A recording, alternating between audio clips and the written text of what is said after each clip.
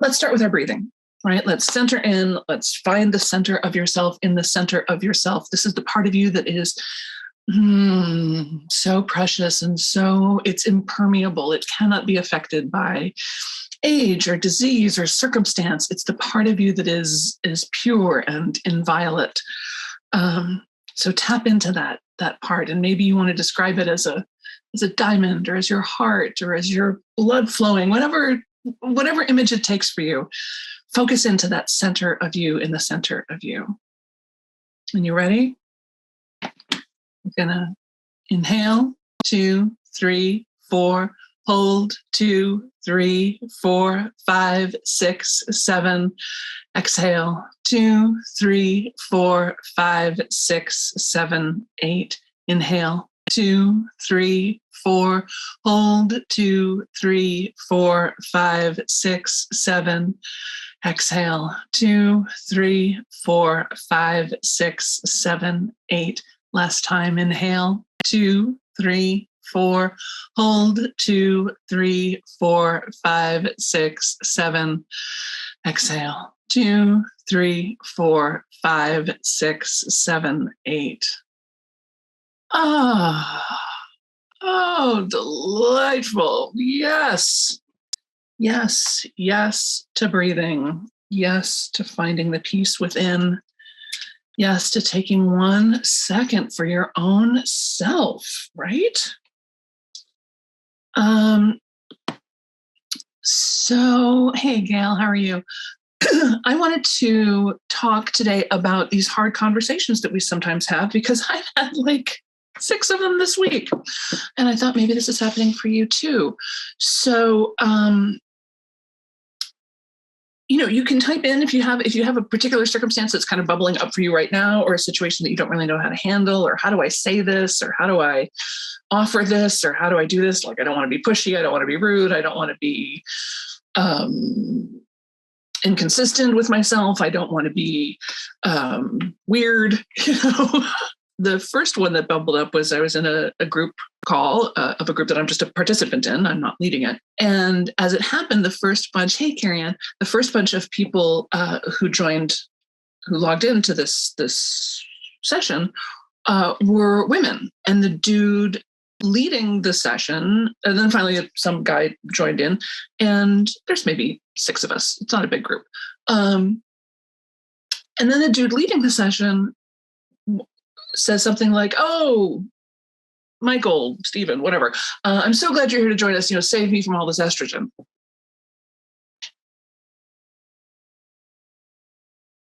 And I kind of did that inside of my mind. I'm like, really? And I know he was just kidding. He was just making a little casual offhand remark, just joshing around. I know he didn't mean anything by it. I know he didn't. I don't think he. Anyway, I was going to say I don't think he would, but I honestly don't know him very well. So maybe I was going to say I don't think he's a misogynist in real life, but maybe he is. I don't know. Anyway, nobody commented on it in the moment, and it kind of passed, and I was like, oh boy. And I didn't really know what to do. Part of me thought, like, just let it go, and then part of me was like, no. Because part of this group that I'm in, I was in it last year, and I was going to leave, and then I got sort of persuaded to stay by the founder, which was very nice. And part of my commitment to myself when I decided to stay was that I would do what I could to help make it better, make it a better program. And part of what it made it not such a great program is it is a little brotastic in the way that sometimes these entrepreneurial groups and marketing groups can be kind of brotastic. So I thought about it. I'm loving the outrage. Everybody's like, what? Yeah, exactly. So I just wrote a very simple email. I included the dude who said it, the woman who's in charge of the program, and then also the head dude. And I just said, this happened the other day, and I know it was, meant as an innocent offhand remark.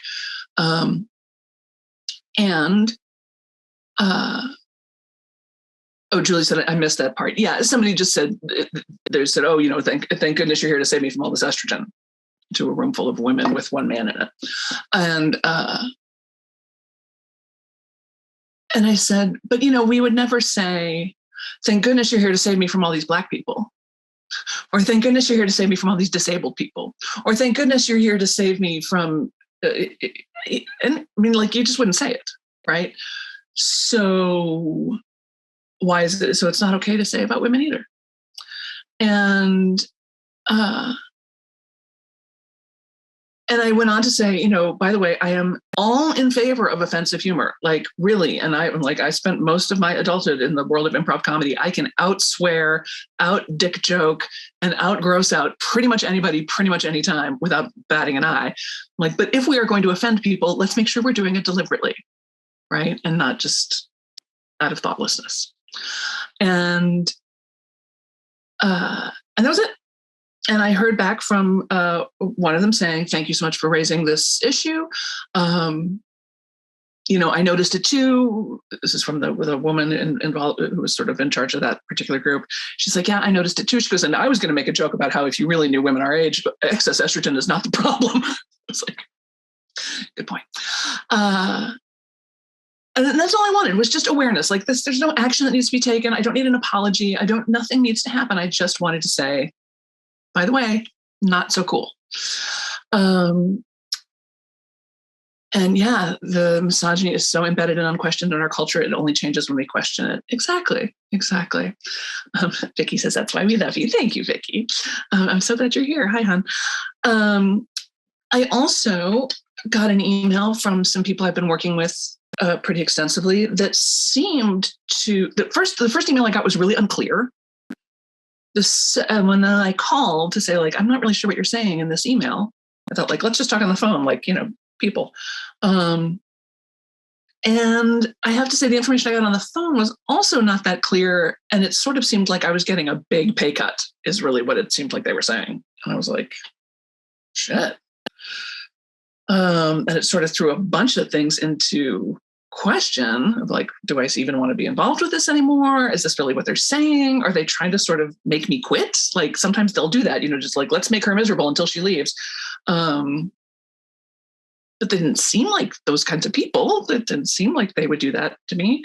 Had I been unclear? So I just wrote an email back that was very frank about how I was feeling, because it was really more of an emotional thing than anything else, because I just wasn't clear enough on, I was like, this feels a little bit like a punch in the head. It feels like a big pay cut. It feels like this, I was kind of clear about that. And again, not apologizing for how I was feeling, not making a big fluffy deal about it, not making anybody else's fault that I'm feeling this way. It's totally my business that I'm feeling this way. And then, some of the more practical questions I had about exactly what was trying to be said. And, I immediately got an email back from the head person in charge saying, like, we love you so much and we never meant this to sound this way. We're a little confused. So that's why our messaging was a little confused. Here's kind of what's up and here's why. And I have to say, I'm still not 100% clear on exactly what's going on, but I definitely feel better about the relationship, right? So that's one of the first things, is the relationship is more important than anything, right? When you have a tough conversation, you need to be on the side of the relationship first. So when I sent the first email about the casual misogyny, it was like, hi, I'm speaking up on behalf of all of us to be more conscious and aware in our languaging. That's it, right? I am aligned with you all. It isn't me against that guy. It's all of us together trying to be better. And they seem to hear that. Same thing with this email with the people who are sort of changing the circumstance under which we work together. Like the first thing that was most important to me was be like, are we okay? Like, I love you and I'm feeling a little unloved by this email. What's really going on? So it's, and this is a great way, especially when there's conflict, this is a great way to approach it, of like, it's you and me together against the fact that your mother is coming to visit. It's you and me together against the fact that we haven't had sex in 3 months. It's you and me together against the fact that you're overeating and I can say that it's hurting you. It's you and me, right? Because otherwise you get into you versus them, and that's not going to end well, right? People tend to become even more divided. So whether you're talking to a group that has a bunch of conflicting agendas or just one person, like find the common ground first and address that, right? Find the common ground first. Are we agreed that this group should even exist? Are we agreed that we're here because X, Y, Z? And sometimes the answer is no. I remember I used to do a lot of consensus facilitation for my theater company. And one time we had a meeting, I think it was just staff. It was a staff. It wasn't a full company meeting, but it was a staff meeting. And I don't know, we were thinking about making some changes or something big was up. And I started by saying, are we all agreed that this company should continue as a producing entity? Thinking that was like a no-brainer. And sure enough, a couple people were like, actually, I'm not sure I do think that. I was like, aha, let's back up then, right? Let's before we get into the nitty-gritty of how much the budget is for the next production, let's revisit the question of whether or not we should be producing in the first place. Right? So make sure you're having, make sure you're finding the thing that everybody can agree on. Make sure you're having the actual conversation that needs to be had and not some tertiary conversation. I also bore witness to a friend who, she said, could you listen to me read this email I've written to these other people? She said, I may never send it, but I kind of like someone to hear it. And I said, of course. So she read this email, and it's, people that she loves very dearly and is very close to, but she's been giving them a lot of free help. They share a profession, and she has been giving them a lot of free professional help and advice, something that she would normally charge many thousands of dollars for. But she was offering it as a friend, and because she loves them and she wants them to succeed, and all the reasons that we do things for free when we probably oughtn't. And the first two paragraphs were great. She's like, I totally take responsibility for this. I have been, over functioning in your business and under functioning in my own. And I've tried to set these boundaries, but I feel like I didn't do a very good job of holding them. And she's like, and it pains me because I love you and I don't want to feel awkward or unclear in what our roles are with each other. And then she went on to sort of detail like some of the things that had happened. Like, for example, when you asked me this and I did that, and then this happened, and then this happened, and then this happened, and then this happened. And then she sort of wrapped up, and I was like, and I asked her, I said, do you want support or do you want feedback? Right? This is another good one for communication, to say, like, do you just want me to tell you you're awesome? Because you are, and I will. Or do you want specific advice or feedback on this specific thing? She goes, oh, feedback. And I said, okay, great. I would take out the middle paragraphs. I'm like, the beginning is great, the ending is great. It doesn't matter who said what to whom, when, and, we don't need to get into the nitty gritty of that because it's not really that important. Like, it doesn't matter. And we don't want them to get distracted by like, no, I didn't say that. I said this and she said that and I didn't say that. Like, it doesn't matter. What matters is she's feeling like her boundaries are getting trampled all over and she's being taken advantage of and she doesn't want to feel that way anymore. So she was asking for their help in holding stronger boundaries, which I think is a totally legitimate thing to say. Now, I don't know if she's ever going to send it or if it's just something she's doing to get clear in her own mind. So she's making powerful decisions moving forward. I don't know. So, So be willing to be the person who calls out the uncomfortable thing, right? Calling out the casual misogyny. The relationship's the most important thing, right? The relationship is more important than the results, than the immediate thing at hand. And you need to be willing to discuss the undiscussable.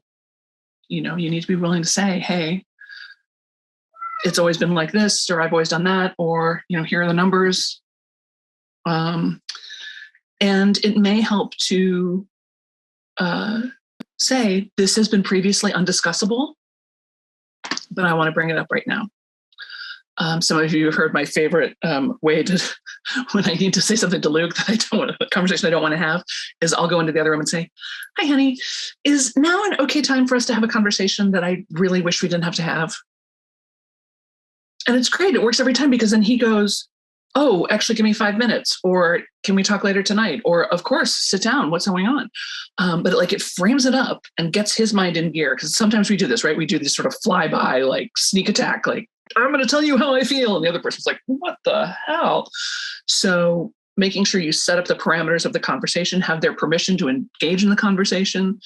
And again, ally yourself with them. Like, you and I both don't want to have this conversation, and yet we need to, right? Remembering that you don't have all the answers and you don't have the only point of view, right? You can share the answers that you do have. You can share your point of view. There's a wonderful word called sonder, S-O-N-D-E-R. Somebody made a beautiful sort of little film about it. If you Google it, you'll probably find it. But sonder is a neologism. It's a new word that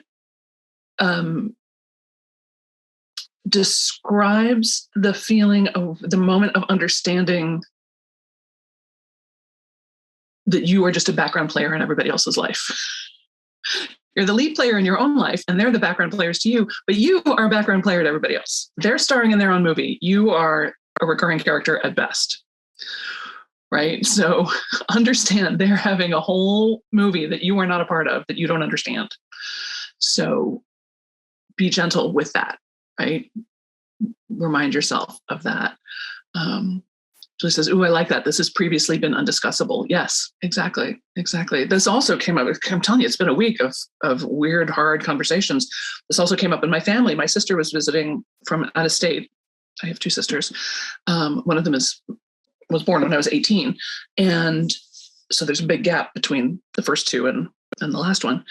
And something came up just in conversation about some of our family history that my baby sister just didn't know about. She wasn't alive when it happened, and it hadn't really ever come up to talk about with her.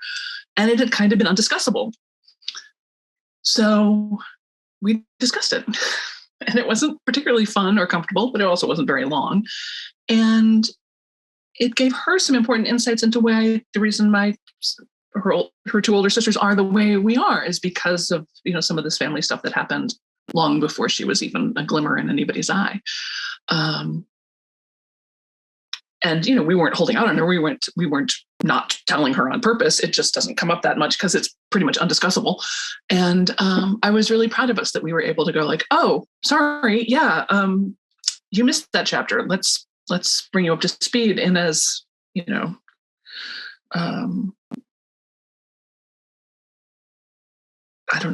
innocent a way as possible, right? Gail says it's a good plan, setting up parameters. Yep. Mm-hmm. And just as this is exactly what I've not been dealing with this week. Yeah, you got it. Congratulations on not dealing with it, because it's not going to last for very long, right? I mean, you can brush stuff under the rug. You can ignore stuff. I come from a long line of brush under ruggers and ignorers. And, sometimes it can be really a great strategy to just not discuss something, to look right past it, to ignore bad behavior, to see right through what people are doing and not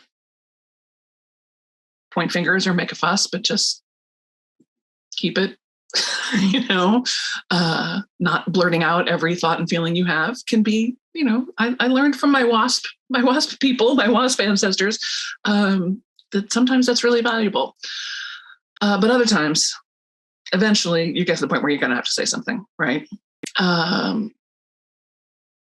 Let's see. I think it's important to state your expectations, especially when you haven't been, right? If you haven't said, I don't like to be disturbed before 10 a.m. or I thought that you would get back to me within 24 hours, or, letting people understand that you have an expectation, I think is important. And you cannot expect anybody else to do things the way you would do them. You just can't, right? I mean, if you're I would never show up at anybody's house without a housewarming gift, or without a bottle of wine. Well, that's you and the way you were raised, but that's not everybody's rule, right?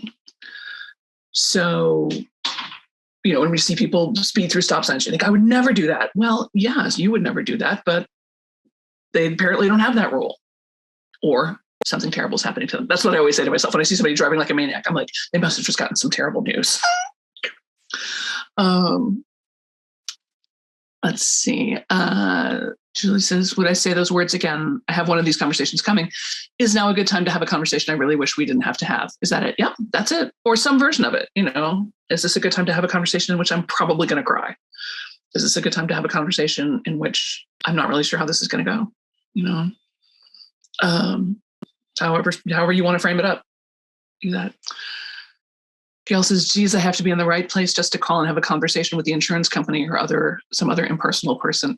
Yeah, I mean, and this is what our prayer and meditation practice is for, right? So that we can center ourselves, plug into our own personal power, right? That part of you that, as we were saying at the very beginning, is just you. Is inviolate, just for you. Beth says, if I don't say what's troubling me, I invite the squirrels into my head. Yes, we also have a rule in my house that if you think it 3 times, you have to say it. And that's another good one, right? Again, setting up those rules and those expectations and those parameters. And it allows us it happens all the time where I'm like, oh, honey, I don't want to say this, but I've thought it 3 times, so I have to say it. And he'll go, okay. I'm like, would you please take out the trash? Whatever it is. I also have the rule for myself. If I think it 3 times, I should just say it or do it. Hi, Kitty, how are you?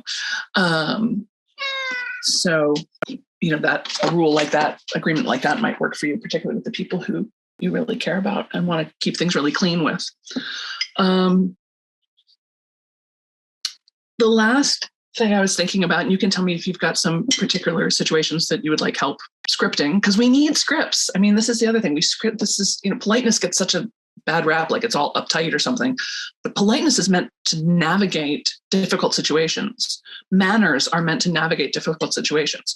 It is hard for us as animals, to enter somebody else's cave. Like that's an intrusion. So what do? We have a walkway, we have a doorbell, we have a front door, we have a foyer, we have a little ritual. Hi, nice to see you. Oh, thank you for coming. Thank you for having me. What a beautiful home you have. Thank you so much. May I take your coat? Can I offer you something to drink? Yes. Like we script these things so that we are not, to give ourselves time to sort of suss out what's going on, right? Same thing with endings. Thank you for a beautiful evening. Thank you so much. It was great to see you. We'll have to get to do it again sometime. Absolutely. Right? Do you guys know Bonnie Hunt, the actor? Bonnie was at Second City when I worked there. And before she married her husband, Merv, I don't think they're together anymore. But anyway, she was dating. And she told a story about a date in which she thought it was going quite well. And at the end of the date, the guy she was on a date with walked her to the front door, held out his hand and said, well, good luck in your future endeavors. Guess it didn't go so well.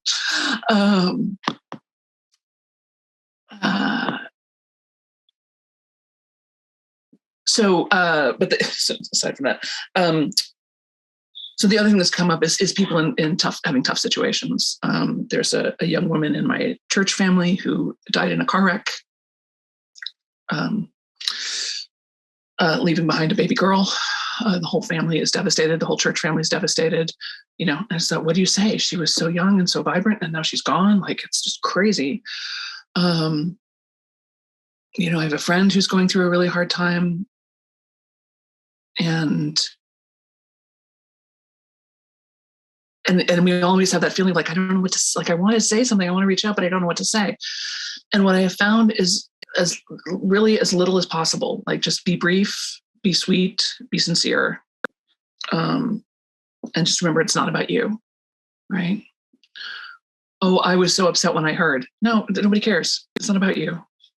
I have a friend whose 20-something daughter died very unexpectedly, maybe 2 years ago. It was one of those ones where she just turned to her boyfriend and said, I don't feel well. He took her to the hospital and she died. She had like I think it was brain aneurysm, something like, if it wasn't that, it was something like that. So super sudden, nobody could have predicted it. Boom.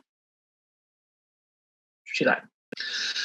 And he said that he has told me since that apparently, of course he got a zillion messages from everybody he's ever met in his whole life going, oh no, oh no, oh no.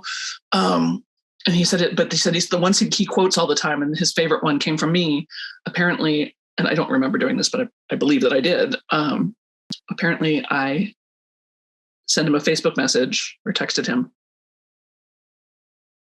And I think it just said, oh, fuck. Which, as far as he was concerned, was the perfect way to encapsulate the, and express the unexpressible. Like just, oh, fuck. So, and then reaching out to people who are having a hard time to say, you look a little low. I just want you to know I'm thinking about you. And if there's anything I can do to help, or here's something I can do to help. I usually try to give examples, like if you need me to pick up the dry cleaning or bring over a hot dish, because this idea of like, oh, I need help, nobody really responds very well to that statement. But if you can think of something you can offer, like I'd be happy to give you a ride, or I'd be happy to come and help clean up, or whatever it is, right? Julie says, and what do you suggest in a conversation where the other person's orientation is pretty much always, you are against me, you have betrayed me, you don't keep your word, you are the enemy. I don't even know that I want a relationship with my brother because it feels so toxic, and we need to plan my mother's memorial service, so engaging is necessary. He's an unevolved 8. I would go all Byron Katie all over that, right? So you do your own work inside, like, and just ask, I have been against him. Is that true? Has it ever been true? Yeah. I am a betrayer. Is that true? Yeah, I didn't mean to, but I did, right? I'm the enemy. I can see that. And I can feel it because now I feel like you're the enemy. So that's 2 of us feeling like the other person's the enemy, right? So just go deep on those, is it true? Can I know that it's true? How would I feel if I never had the thought? And then turn it around. I'm the enemy. I'm not the enemy. You are the enemy. You are not the enemy. Everyone's an enemy. There's no such thing as an enemy, right? Because as she says, as Byron Katie says, the first act of war is defense, right? Somebody can say, you're horrible, you're horrible, you're horrible, you're horrible. And as long as you can go, yeah, sometimes I am horrible. I didn't mean to be, I don't want to be, I don't like it, but it definitely happens, and I'm sorry. There's no war, right? So that's what I would suggest for that, is just go to thework.com. She's got her worksheets. I think there's even an 800 number you can call. People are noticing Chester. Yes, Chester came for a visit. Everything's better with a kitty. It's true. And just as my mother always showed up with her own script in mind, darn. Yeah,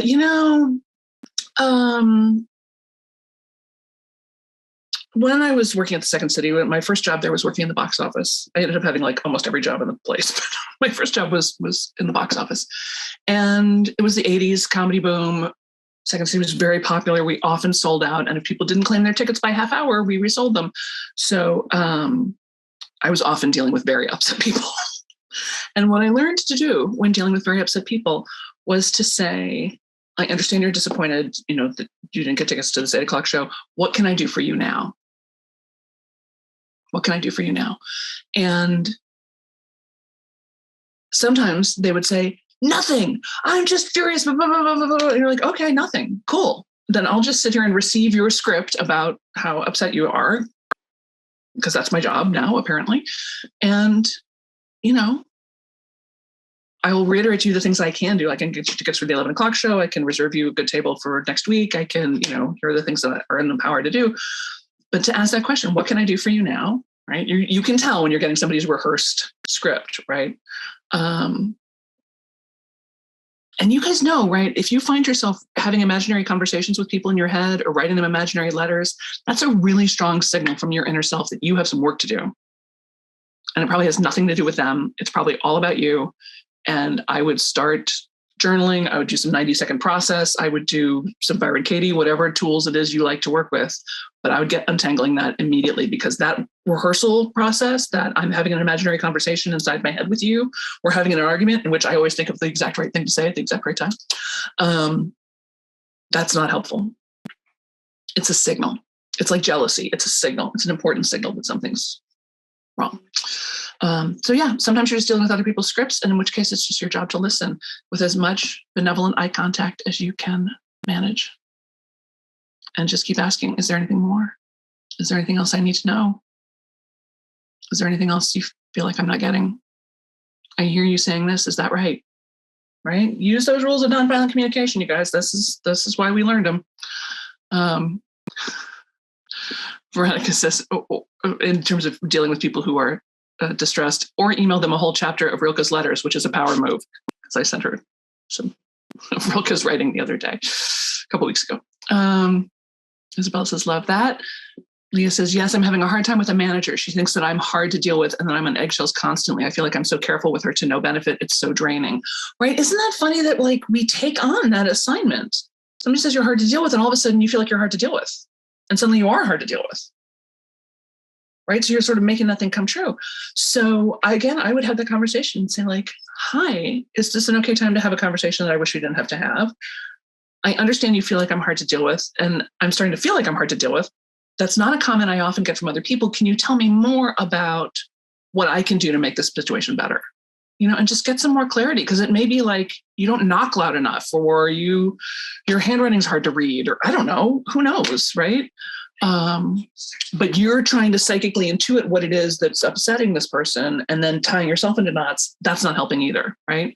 So you and the manager have a shared goal. Like, I want us to get along. I want us to have a good working relationships. I want us both to feel comfortable and expressive when we're with each other. What can we do together to make that happen, right?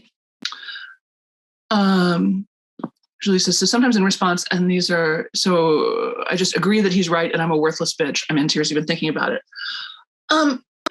He's not 100% right. He's sometimes right. In his mind, he's right. Right? So, you never listen. I never listen sometimes. And just let it land for you. It's like, wow, that hurts to think about, but it's true. There are times when I have not listened. I'm a worthless bitch. I'm a worthless bitch sometimes. Wow, that's much stronger language than I would probably use. But I certainly have felt worthless sometimes, and I think I've probably been a bitch sometimes. So we're not saying that's all of you. We're just saying that he has his perception and he's allowed to. I mean, what are you going to do? Change his mind? But if you can agree with him, maybe he can lessen his hold on it, right? What I notice is that when I agree with these things, when I say, I get it, that you feel that way, they often turn around. Well, I mean, you're not always worthless, bitch. I mean, that was at one time you did that amazing thing for me. Oh, thank you for remembering that. Sometimes I'm amazing. Sometimes. Right? I'm just saying stop war. That's all. You have a choice. Yep. Beth is reiterating sometimes. Thework.com. Yep. What can I do for you now? Yeah. And what can I do for you now is a great statement. The other one, when I'm the aggrieved person and the person behind the counter is the one not helping me, I'll say, what would you do if you were me? Like, I'm not, you sold my tickets out from under me. What would you do if you were me? And usually you'll get a good, like, well, I would probably just take that 11 o'clock thing. All right, well, if that's the best option, then let's do that. Or I might complain to my manager. Awesome. Let's talk to the manager. Like, you tell me. So what can I do for you now? If you're the one getting yelled at, if you're the one who wants to yell, what would you do if you were me? All about me. Oh, man. It's the sometimes that I missed. I could do that without betraying myself. Yeah, I'm this way sometimes. Yeah. Or I get it that it can appear this way sometimes. Yeah. Megan says, this has been so helpful. Thank you. I'm so glad. He says, I've attempted conversations. It has not gone well. Hard to deal with apparently means that I don't say yes to everything she says, and that's the problem. Well, that then you must just, then I would just own it, right? I'm like, in the same way that I was willing to just be like, hi, humorless feminist, bringing up the casual misogyny, sorry. Like, they're like, hi, this is me being hard to deal with again. I think you're wrong. Just own it, see if you can make a joke out of it.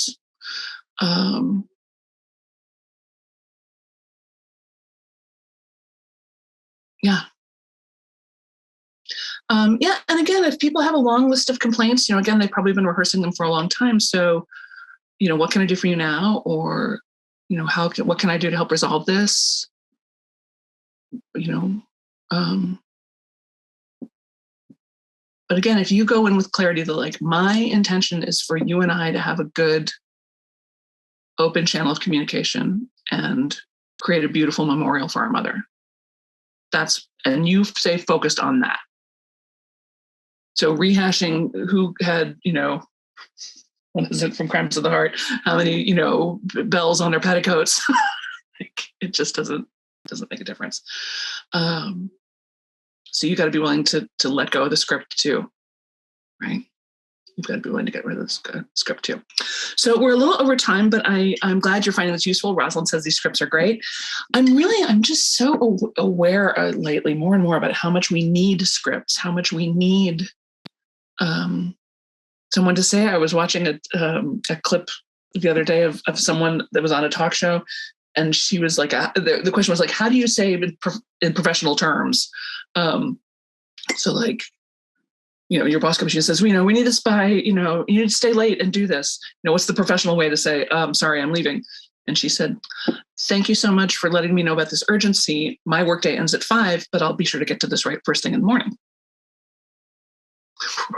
The other question I think was like, what's a professional way to say, that sounds like a you problem? And she said, I think that's outside of the scope of my authority, but I'm happy to help you in any way that I can. So, practice some neutral scripts and, and remember, you can also say, I need a minute. I need to not talk for a second. I have a lot going on in my head.